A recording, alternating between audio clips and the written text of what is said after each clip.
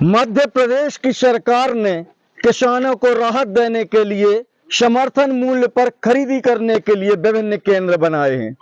सिवनी जिले में लगभग 62 केंद्र किसानों की इस फसल को खरीदने के लिए बनाए गए हैं, परंतु नीतिगत त्रुटि जो किसानों के लिए कभी भी अभिशाप साबित हो सकती है। मैं जिस स्थान पर बैठा हूं, यहाँ पर यह गोदाम अधिकृत है जहां पर किसानों का समर्थन मूल्य पर खरीदा गया अनाज रखा जाना है, भंडारित किया जाना है और भंडारित किए जाने के बाद जब उसका चालान बन जाएगा तभी किसानों को उसका भुगतान किया जाएगा। यह शासन की नियम है, यह शासन की नीति है, यह शासन की नियत है।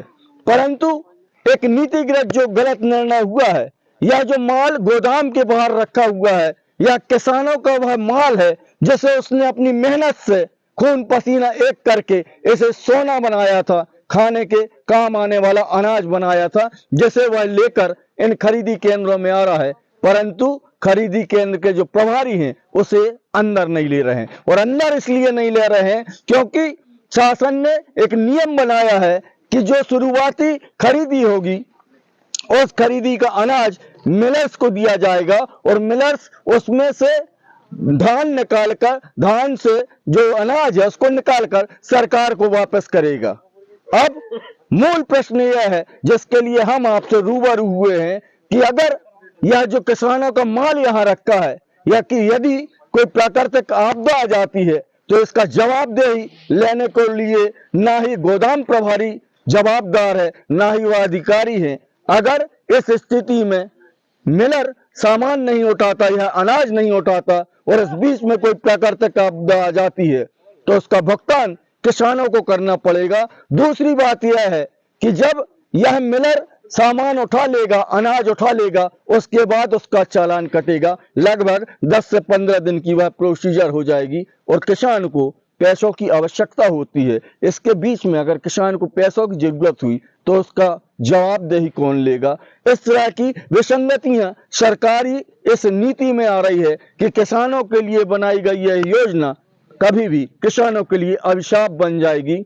सरकारी मातहतों की लापरवाही और सरकार की गलत नीयत जो इन अनाज को खरीदे जाने के बाद मिलरों को देने का नियम है, सरकार चाहती प्रशासनिक व्यवस्था अगर हो सकती थी तो इस जो अनाज को खरीदा गया है इसे गोदाम के अंदर किया जा सकता था और किसानों को उसका भुगतान कर दिया जाता।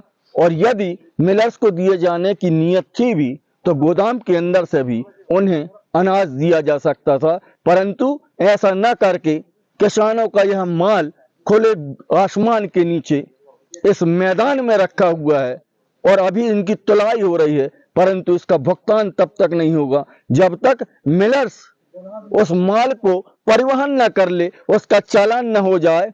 चालान कटने के बाद जो पावती आएगी उसके बाद किसान के हिस्से में उसका भुगतान निर्धारित किया जाएगा। एक लंबी प्रोसीजर है, या फिर गोदाम के अंदर माल जाने के बाद ही किसानों को उसका भुगतान होगा।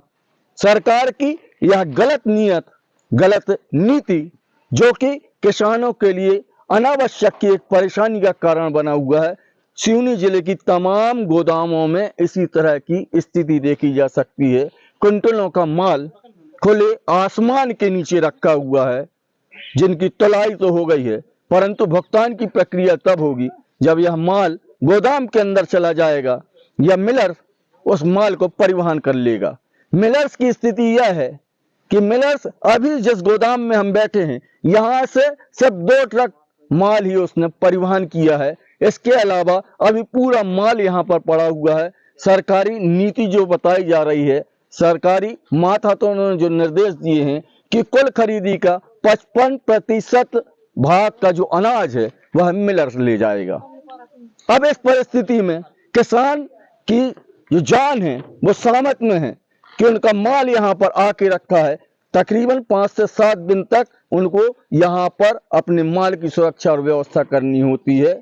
उसके बाद उनका माल तुलाई होता है और मिलर अगर इस माल को समय पर परिवहनित नहीं करता, उठाता नहीं है, तो इनका जो अनाज का भुगतान है वह भी नहीं हो पाएगा। जिला कलेक्टर इस व्यवस्था को सुचारू रूप से संचालित कर सकते हैं। इस माल को विधिवत किसान से तुलवाने के बाद गोदाम में रखाया जा सकता है और गोदाम में रखाने के बाद उसे परिवहनकर्ता को, जो मिलर्स हैं जिन्हें आवंटित किया जाना है, गोदाम से भी दिया जा सकता है। अगर ऐसी व्यवस्था बनती है तो किसानों को जो परेशानी हो रही है उससे निजात पाई जा सकती है, परंतु इसकी पहल करे तो आखिर करे कौन। नमस्कार।